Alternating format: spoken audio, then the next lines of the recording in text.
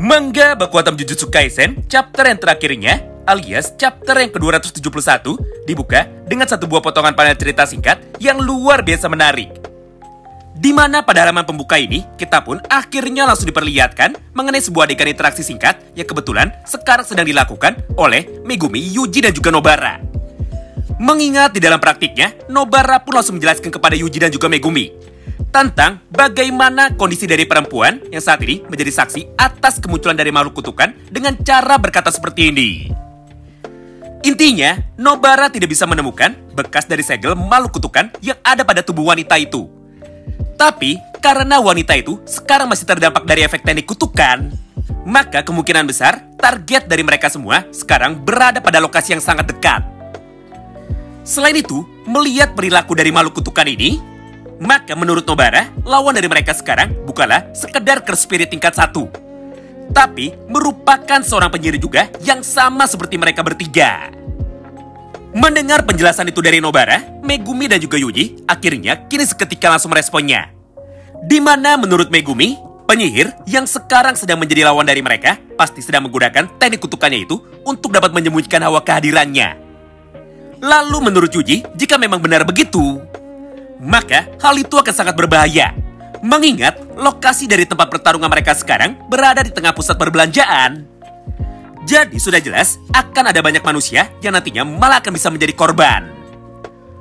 Berdasarkan hal itu, Nobara pun sekarang langsung memberikan saran bahwa mereka harus menunggu lebih dulu sampai penyihir itu mau menggunakan kekuatannya lagi. Bahkan di dalam dialognya, Nobara pun sambil bercanda kini mulai berkata kepada Yuji dan juga kepada Megumi.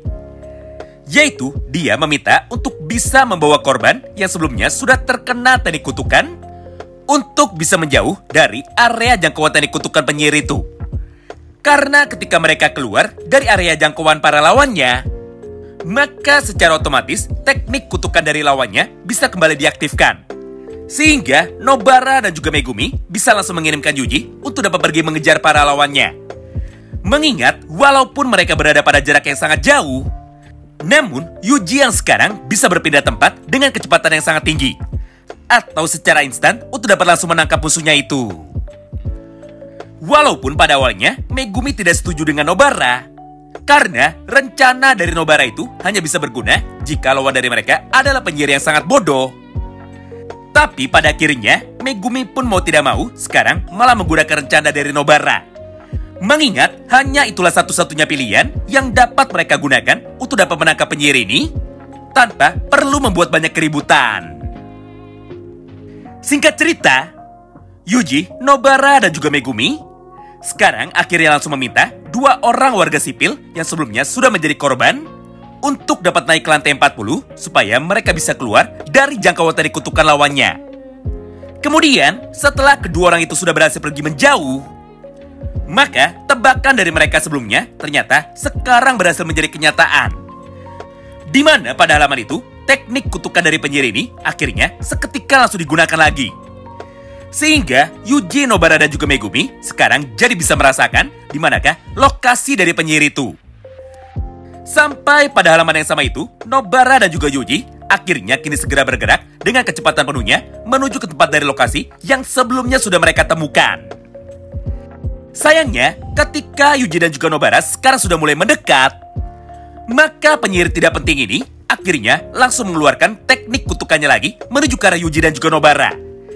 Sehingga wajah dari mereka berdua sekarang akhirnya seketika langsung berubah menjadi seperti itu. Beruntungnya, ketika penyihir tersebut sekarang sudah berniat untuk bisa kabur, maka dari arah yang berlawanan, Megumi pun kini seketika langsung muncul dengan menggunakan teknik 10 bayangannya. Sehingga Shikigami anjing dari teknik 10 bayangan ini sekarang berhasil menangkap dan juga berhasil menahan pergerakan dari penyihir itu supaya dirinya tidak bisa lolos. Nah, sederhananya, setelah penyihir itu sekarang sudah berhasil ditangkap, maka dia pun langsung menjelaskan kepada Yuji apa motif dari serangannya kepada para warga sipil. Yaitu, dia hanya merasa cemburu karena perempuan yang saat ini dia suka justru malah memilih laki-laki lain. Sehingga dia pun langsung menggunakan kekuatan teknik kutukannya itu untuk dapat mengganggu dan juga merubah wajah dari pasangannya tersebut.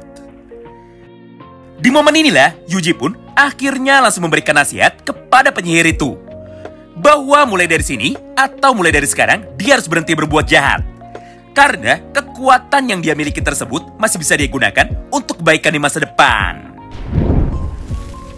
Nah, setelah melihat semua potongan adegan singkat di atas, maka pada halaman yang berikutnya, Shin pun kini seketika langsung berpindah menuju ke dalam sudut pandang yang lainnya, yaitu menuju ke dalam sudut pandang dari Gojo Satoru.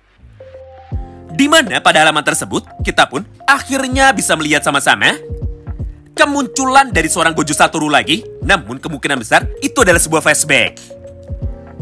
Sederhananya, Gojo yang saat itu sedang duduk, kini langsung berkata seperti ini kepada Yuji. Yuji, jika terjadi sesuatu kepadaku, maka aku ingin dirimu bisa hadir untuk dapat menggantikanku. Walaupun pada dasarnya, aku memiliki mimpi dan juga memiliki sebuah cita-cita. Tapi aku sadar bahwa suatu hari nanti kalian pasti akan tumbuh dewasa dan juga nantinya kalian pasti akan pergi meninggalkanku alias kalian akan melupakanku.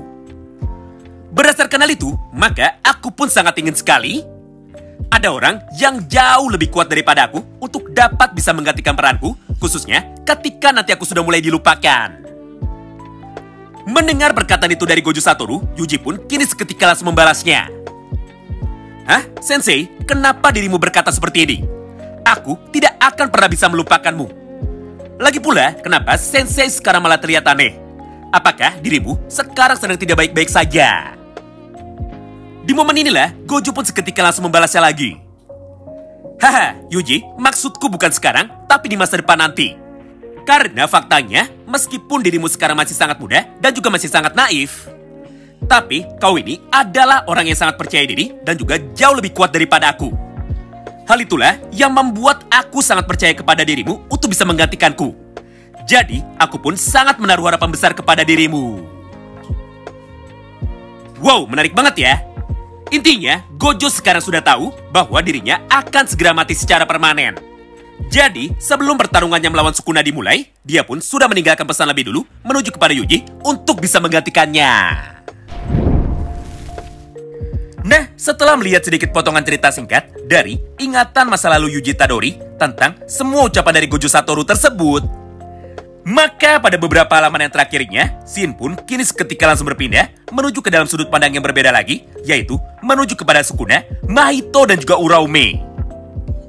Di mana pada salah satu panel mangganya, Mahito yang kebetulan kini kembali bertemu dengan Ryomen Sukuna di dalam sebuah limbo atau di dalam alam kematian, akhirnya dia pun mulai menyapa Sukuna dengan cara berkata seperti ini kepadanya. Hoi, apa kabar Sukuna? Tidak kusangka jika sekarang aku malah bisa bertemu denganmu di tempat seperti ini. Melihat kemunculan dari Mahito tersebut, Sukuna pun kini seketika langsung menjadi tersenyum dan dia pun langsung berkata seperti ini kepada Mahito. Well, ada apa denganmu? Sepertinya ini adalah kedua kalinya kita bisa berbicara secara langsung secara berhadapan-hadapan. Di momen itulah, Mahito pun kini seketika langsung menjelaskan kepada Sukuna. Dengar, teknik kutukanku sangat berkaitan sekali dengan jiwa.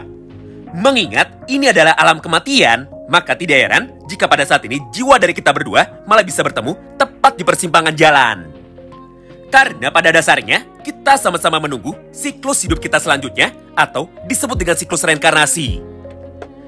Oh iya, di saat kita sekarang sedang bertemu, maka ada beberapa hal yang ingin sekali aku tanyakan kepadamu.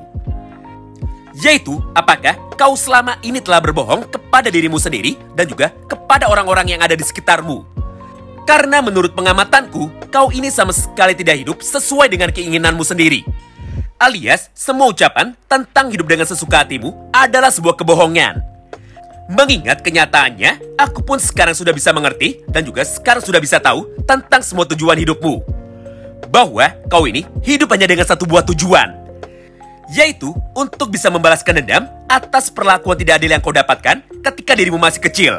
Akibat dirimu selalu dianggap sebagai anak yang sama sekali tidak diinginkan. Mendengar perkataan itu dari Mahito, Sukuna pun sama sekali tidak menyangkalnya. Bahkan dengan sangat tenang, Sukuna pun kini malah membalasnya. Hah? Jika memang benar begitu, lalu apa bedanya? Itu adalah satu-satunya jalan hidup yang aku tahu.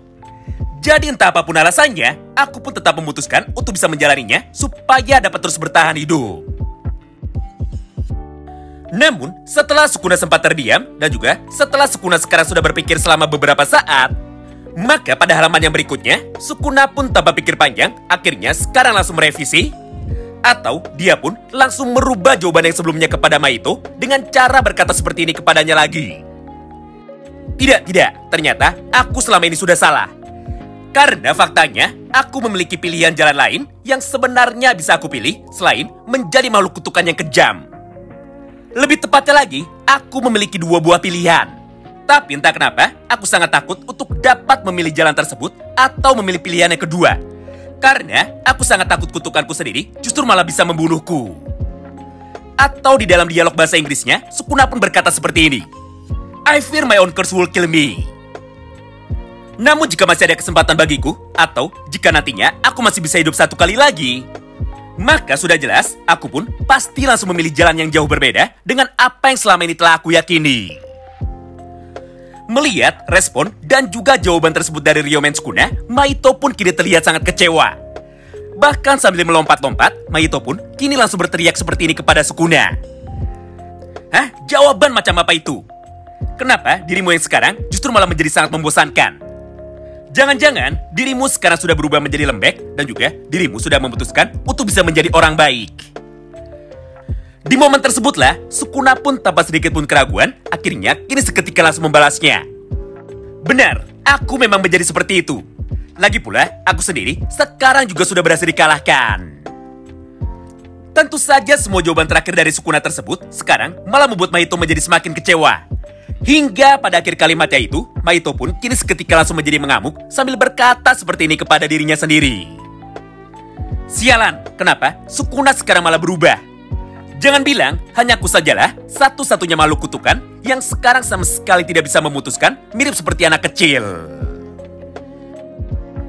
Dan mulai dari sanalah, Sukuna pun akhirnya langsung memutuskan untuk bisa pergi demi dapat meninggalkan Mahito, sambil berjalan bersama dengan Uraomi menuju ke arah jalan yang baru. Wow, menarik banget ya. Kesimpulannya, setelah berhasil dikalahkan oleh Yuji Tadori, maka di dalam alam kematian ini, Sukuna pun akhirnya bisa menjadi sadar. Sampai pada akhirnya, dia pun sekarang langsung memutuskan untuk bisa pergi menuju ke arah utara. Bukan pergi menuju ke arah selatan, mirip seperti Gojo Satoru dan juga para penyihir lainnya yang sudah mati. Yang artinya, Sukuna sekarang sudah memilih untuk bisa dapat terlahir kembali sebagai sesuatu yang baru. Serta, Sukuna pun juga sudah memilih untuk dapat hidup di jalan kebaikan, tidak seperti dirinya yang lama. Berdasarkan hal itu, maka tidak heran jika pada salah satu panel manganya, Yuji pun seketika langsung menjadi tersenyum ketika dirinya ditanya tentang bagaimana kondisi dari jarinya atau tentang bagaimana kondisi dari Sukuna. Di mana pada halaman itu, Yuji pun dengan sangat tenang, kini langsung berkata seperti ini kepada Megumi. Tenang saja Megumi, aku sudah membuang jari itu, atau aku sudah membuang benda itu. Lagi pula, jari dari Sukuna sekarang sudah tidak berbahaya sama sekali dan juga sudah tidak lagi menjadi ancaman. Karena faktanya, sekarang semuanya sudah berubah menjadi baik. Wow, luar biasa banget ya. Siapa sangka jika pada ending cerita dari manga Jajika ini, semua penyihir yang awalnya dicap sebagai musuh dari umat manusia, akhirnya sekarang semuanya sudah bertobat. Mulai dari Kenjaku yang tobat dan sekarang berubah menjadi komedian, sampai dengan Sukuna yang sudah bertobat dan juga sekarang langsung memutuskan untuk bisa memilih pergi ke utara. Atau Sukuna memilih untuk bisa dilahirkan kembali, entah sebagai manusia atau sebagai makhluk kutukan yang baik. Scene pun kini kembali berpindah, di mana tepat pada 2 halaman terakhir itu terlihat kemunculan 3 tim atau 3 kelompok dari penyihir yang ada di dalam sekolah Jujutsu, ketika mereka semua sekarang sudah selesai untuk bisa menjalankan misi yang terakhirnya.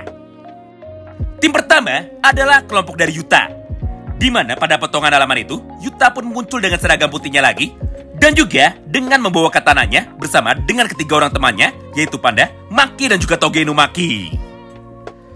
Tim yang kedua adalah kelompok dari Hakari dan juga Kirara, di mana pada halaman itu mereka berdua pun sekarang juga terlihat sedang menggunakan seragam dari sekolah Jujutsu juga. Padahal biasanya Hakari dan juga Kirara selalu muncul dengan menggunakan pakaian bebas dan juga dengan menggunakan jaket di luarnya.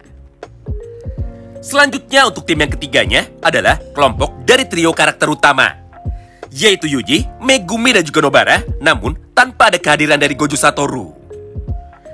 Nah, menariknya, tepat pada halaman tersebut, Yuji, Nobara, dan juga Megumi nampak terlihat sedang tertawa. Yang artinya, kemungkinan besar jalannya pertarungan dari mereka melawan para penyihir Cooling Game atau melawan para makhluk kutukan sekarang sepertinya sudah selesai. Lalu setelah memperlihatkan kemunculan dari 3 kelompok di atas, maka pada halaman yang paling terakhirnya, Shin pun kini seketika langsung berpindah menuju ke dalam sudut pandang yang lainnya. Di mana di dalam kesempatan ini, kita pun akhirnya kembali diperlihatkan mengenai kemunculan dari jari terakhir Sukuna yang kebetulan sekarang sudah kembali disegel dan juga sekarang sudah kembali disembunyikan oleh para penyihir dari sekolah Jujutsu. Bedanya, jika pada chapter pertamanya, jari dari Sukuna disimpan dalam keadaan yang tertutup rapat. Namun untuk kali ini, para penyihir dari sekolah Jujutsu justru malah membiarkan jari dari Sukuna disimpan dalam keadaan yang terbuka. Mengingat memang seperti itulah yang sekarang dapat kita lihat sama-sama dengan sangat jelas sekali. Tentu saja semua hal tersebut kembali membuat kita menjadi bertanya-tanya. Yaitu, apakah maksud dari Gege Akutami sekarang justru malah memunculkan jari dari Sukuna lagi pada halaman yang terakhir dan juga di dalam chapter yang terakhirnya? Apakah mungkin Gege akan melanjutkan cerita dari manga JJK ini pada bagian yang keduanya? Atau justru Gege memiliki rencana lain yang sekarang masih belum bisa kita ketahui? Terima kasih banyak yang sudah simak video ini sampai habis dan salam baku hantam.